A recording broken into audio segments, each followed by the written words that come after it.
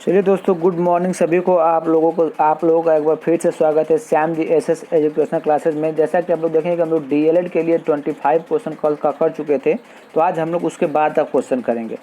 ठीक है, वैसे सेम प्रोसेस रहेगा। आप लोगों को क्या करना है, आप लोगों के लिए 10 सेकंड का समय दिया जाएगा, आपको टिक करना है, उसके बाद आपको आंसर बताया जाएगा।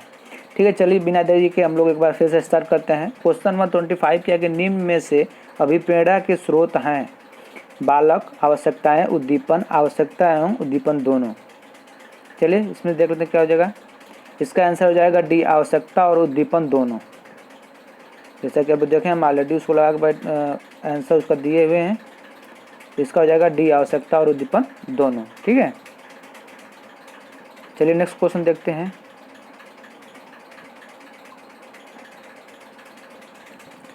चलिए अगला क्वेश्चन देख लेते हैं हम लोग। अगला क्वेश्चन क्या है, 26 नंबर क्वेश्चन क्या है। संबंध प्रक्रिया का सिद्धांत है पावलोव का, स्किनर का, फ्रोबेल का, डाल्टन का। जैसा कि आप लोग आंसर देखने के आंसर ए दिया है आपका, किसका है, पावलोव का। ऑप्शन नंबर प्रथम इसका सही जवाब। ठीक है, चलिए अब नेक्स्ट क्वेश्चन देख लेते हैं। अगला क्वेश्चन क्या है, इसको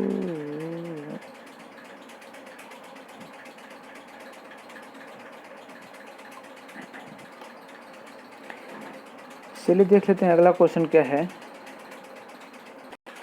चलिए अगला क्वेश्चन देख लेते हैं क्या है कि चिंपैंजी पर आधारित सूझ का सिद्धांत को जानते हैं। किसे जानते हैं, अंतर्दृष्टि सिद्धांत से, समग्र सिद्धांत से, पूर्ण कृति से, सिद्धांत से, उपरोक्त सभी। जवाब दीजिए आप लोग, इसका क्या हो जाएगा। चलिए 27 का आप लोग हम बताते हैं कौन। 27 का हो जाएगा आपका डी, उपरोक्त सभी।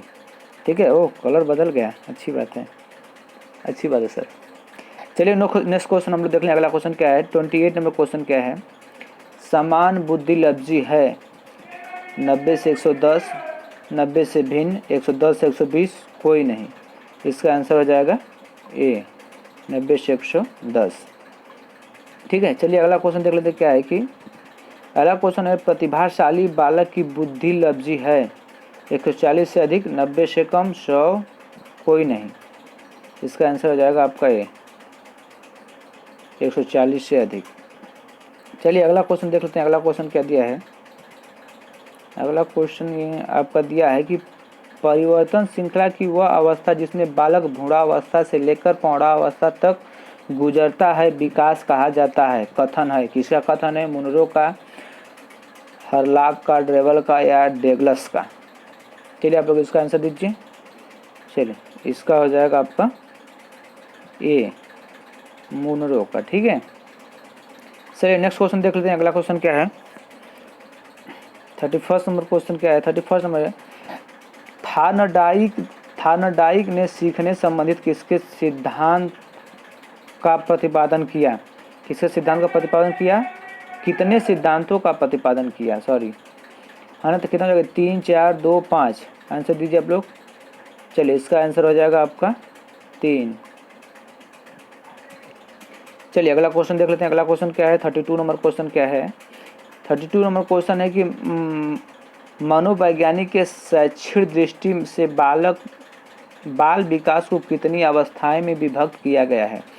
क्वेश्चन क्या एक बार फिर सुन लीजिए। मनोवैज्ञानिक के शैक्षिक दृष्टि से बाल विकास को कितनी अवस्थाओं में विभक्त किया गया है। इसका आंसर हो जाएगा आपका बी, 4 अवस्थाओं में। क्या हो जाएगा, 4। चलिए अगला क्वेश्चन देख लेते हैं। अगला क्वेश्चन क्या है, 33 नंबर क्वेश्चन क्या है। 33 नंबर क्वेश्चन, बाल विकास के अंतर्गत शैशवावस्था की अवधि मानी जाती है 3 से 6 वर्ष, 5 से 10 वर्ष, 4 से 9 वर्ष या जन्म से 5 वर्ष। आंसर दीजिए आप लोग जल्दी से इसका। चलिए इसका आपका हो जाएगा डी, जन्म से 5 वर्ष तक। कलर अच्छा लगा दिए सर। चलिए अगला क्वेश्चन देख लेते क्या है। 34 नंबर क्वेश्चन क्या है। बाल विकास के अंतर्गत बाल्यावस्था की अवधि मानी जाती है। बाल विकास के अंतर्गत बाल्यावस्था की अवधि कितनी मानी जाती है, 6 से 10 वर्ष, 5 से 10 वर्ष, 10 से 8 वर्ष, कोई नहीं।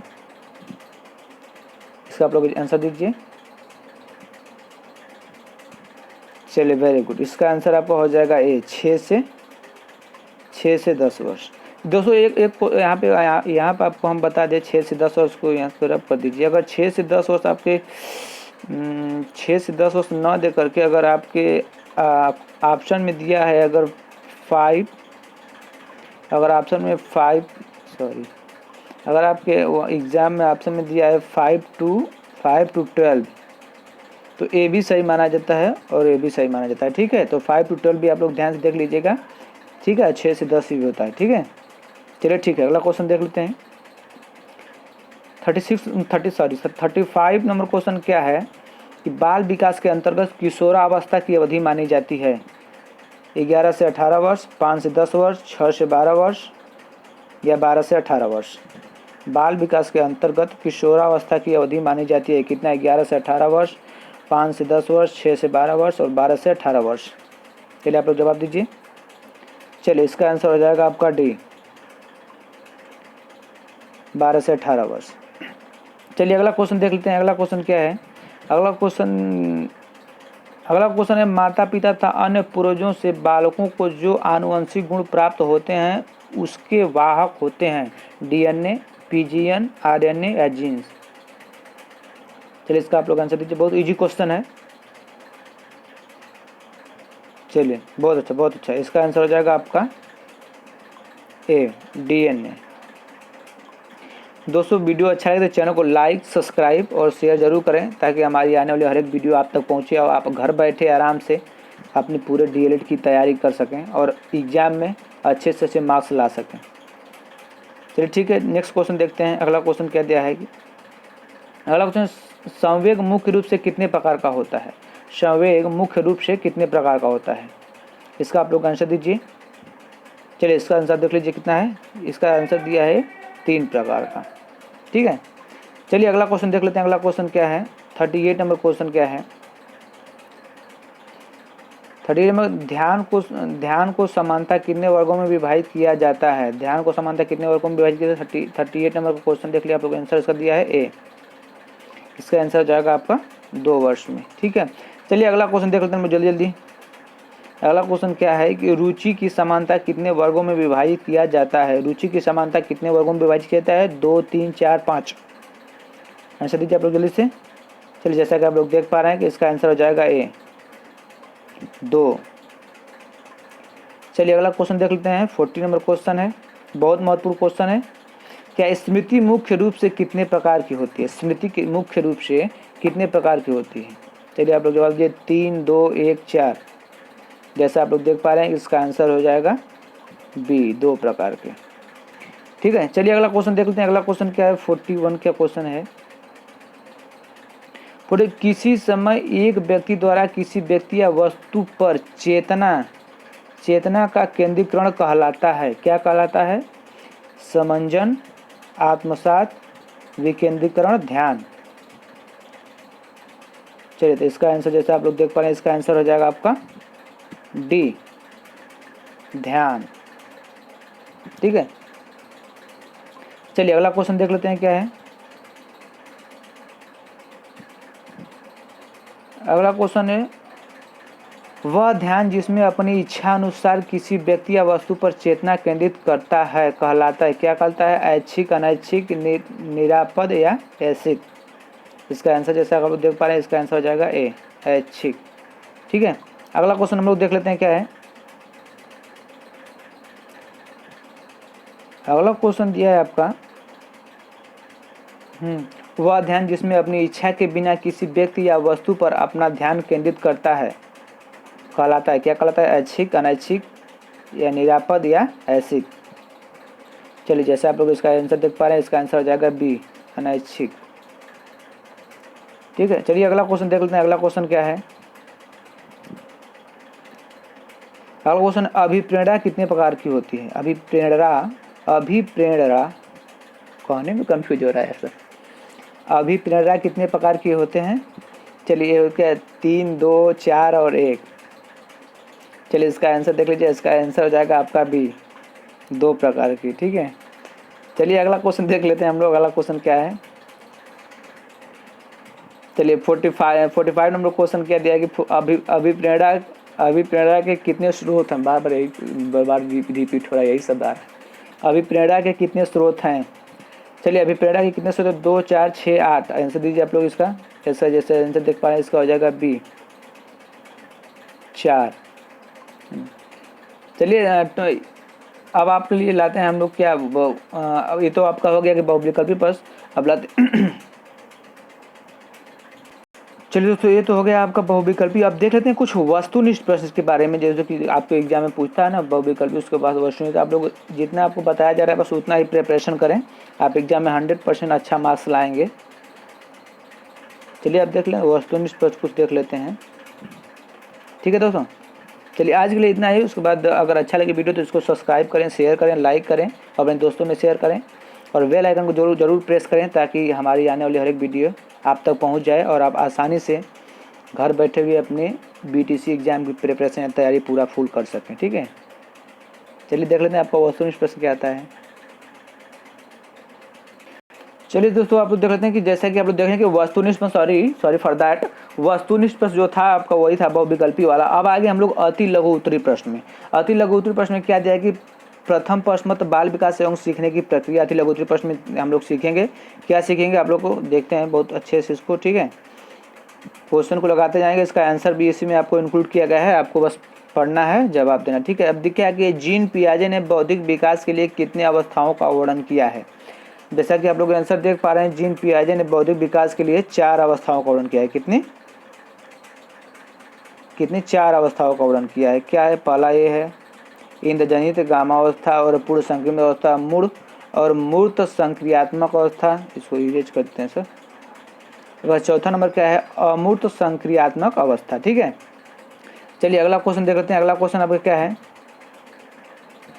अगला क्वेश्चन क्या है? देखिए बाल मनोविज्ञान की परिभाषा को एंड क्रो के अनुसार लिखिए। एंड क्रो के अनुसार बाल मनोविज्ञान की परिभाषा को लिखना है। चलिए बाल मनोविज्ञान की परिभाषा क्या है? तो एंड क्रो के अनुसार क्या है कि बाल मनोविज्ञान एक वैज्ञानिक अध्ययन है जिसमें बालक के जन्म काल से लेकर किशोरावस्था तक का अध्ययन किया जाता है, ठीक है। ये आपका डेफिनेशन है टोटल, ठीक है। चलिए अगला क्वेश्चन देख लेते हैं। अगला क्वेश्चन क्या है? बाल मनोविज्ञान के अध्ययन की 2 विधियों के नाम बताइए। बाल मनोविज्ञान के अध्ययन की 2 विधियां कौन कौन सी हैं? जैसा कि आप लोग आंसर देख पा रहे हैं, बाल मनोविज्ञान के अध्ययन की 2 विधियां, ठीक है। कौन कौन सी है? पहला है मनोविश्लेषण विधि और दूसरा है व्यक्तिगत विधि, ठीक है। चलिए अगला क्वेश्चन देख लेते हैं हम लोग। अगला क्वेश्चन क्या है? वंशानुक्रम का अर्थ स्पष्ट कीजिए। वंशानुक्रम का अर्थ क्या होता है बताइए। देखिए क्या होता है कि आनुवांशिक लक्षणों का एक पीढ़ी से दूसरी पीढ़ी में पहुंचना ही वंशानुक्रम है, ठीक है। रुथबैटी के अनुसार कोई दूसरा डेफिनेशन है कि वंशानुक्रम माता पिता से संतान को प्राप्त होने वाले गुण का नाम है, ठीक है। अलग अलग वैज्ञानिक अलग अलग अपना विचार है जो लोग दिए हैं, ठीक है।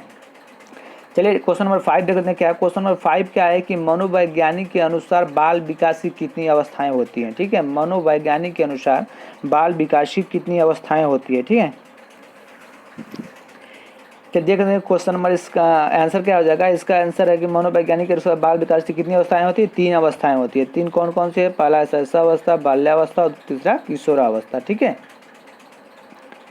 चलिए अगला क्वेश्चन क्या देखें। मनोवैज्ञानिक में बच्चों के विकास से किन अवस्थाओं का अध्ययन होता है उसके नाम लिखिए। मतलब मनोवैज्ञानिक में बच्चों के विकास से किन अवस्थाओं का अध्ययन होता है उनके नाम, उसका आपको नाम लिखना है। जैसे आप लोग यहाँ पे देख पा रहे हैं उसका नाम क्या क्या है? एक है शैशवावस्था, बाल्यावस्था, तो तीसरा है किशोरावस्था, ठीक है। चलिए अगला क्वेश्चन देखते हैं। Question number 7। क्वेश्चन नंबर 7 क्या है? बाल मनोविज्ञान में किसका अध्ययन किया जाता है? बाल मनोविज्ञान में किसका अध्ययन किया जाता है? तो बाल मनोविज्ञान में बालक के विकास के विभिन्न अवस्थाओं का अध्ययन किया जाता है। बाल विकास की प्रमुख अवस्थाएं इस प्रकार हैं। देखिए आपका ऊपर डेफिनेशन दिया है कि बाल मनोविज्ञान में बालकों के विकास के विभिन्न अवस्थाओं का अध्ययन किया जाता है। और विभिन्न अवस्थाएं कौन कौन सी है आपकी? विभिन्न अवस्थाएं आपकी यहाँ पे दिया है, शैशवावस्था, बाल्यावस्था और किशोरावस्था, ठीक है। चलिए अगला क्वेश्चन देख लेते हैं। अगला क्वेश्चन क्या है? बाल विकास के मुख्य 4 अवस्थाओं के नाम लिखिए। बाल विकास के मुख्य 4 अवस्थाएं कौन कौन सी होती है? देख लीजिए, आप लोग को देख सकते हैं यहाँ पे लिखा हुआ है शैशवावस्था, बाल्यावस्था, पूर्व किशोरावस्था और किशोरावस्था। ठीक है, चलिए अगला क्वेश्चन देख लेते हैं। प्रमुख रूप से संवेग कितने प्रकार के होते हैं? अब संवेग कितने प्रकार के होते हैं? संवेग अब 3 प्रकार के होते हैं। संवेग 3 प्रकार के कौन कौन से होते हैं? तो इसका हो जाएगा आपका पहला हो जाएगा वो क्रोध, पहला हो जाएगा क्रोध, दूसरा भय, तीसरा प्रेम। संवेग क्या है कि संवेग कितने प्रकार के होते हैं? संवेग यहाँ से आप फिर से देख लीजिए, संवेग कितने प्रकार के होते हैं? संवेग 3 प्रकार के होते हैं। पहला होता है क्रोध आपका, उसके बाद पहला क्रोध होता है, दूसरा भय होता है और तीसरा प्रेम होता है। ठीक है, चलिए अगला क्वेश्चन देख लेते हैं हम लोग। क्या है अगला क्वेश्चन? क्या है? बालक विकास की प्रमुख अवस्थाओं की आयु सीमा क्या है? बालक विकास की प्रमुख अवस्थाओं की आयु सीमा क्या है? मतलब बालक कब से कब किस अवस्था में रहते हैं, कब से कब किस अवस्था में रहते हैं, वो आपको यहाँ पे क्वेश्चन पूछा गया है। ठीक है, चलिए यहाँ पर आप देख लेते हैं आंसर क्या दिया है। शैशवावस्था की जो अवधि होती है वो जन्म से 5 वर्ष तक। शैशवावस्था की अवधि जन्म से 5 वर्ष तक। दूसरा होता है बाल्यावस्था। बाल्यावस्था की अवधि होती है 5 से 10 वर्ष तक। जैसा कि आप लोग को हमने बताया कि बाल्यावस्था 6 से 10 ये आपके क्वेश्चन पेपर में जो आएगा आंसर आपको उसमें एग्जाम में, उसमें आपका 5 से 12 भी दे सकता है, 5 to 12, है ना? ये दोनों सही है। ठीक है, चलिए नेक्स्ट देखते हैं क्या है। उसके बाद अगला क्या है? किशोरावस्था। किशोरावस्था आपका होता है 11 से 18 वर्ष तक। ठीक है, चलिए दोस्तों बस आज के लिए इतना ही। ठीक है, अगर वीडियो अच्छा लगे तो लाइक करें, सब्सक्राइब करें, शेयर करें और दोस्तों में भेजें और घर बैठ के अच्छे से इसको पढ़ाई करें, अपने एग्जाम की प्रिपरेशन फुल प्रिपरेशन करें। ठीक है, चलिए आज के लिए बस इतना ही। सब लोग को थैंक यू, धन्यवाद।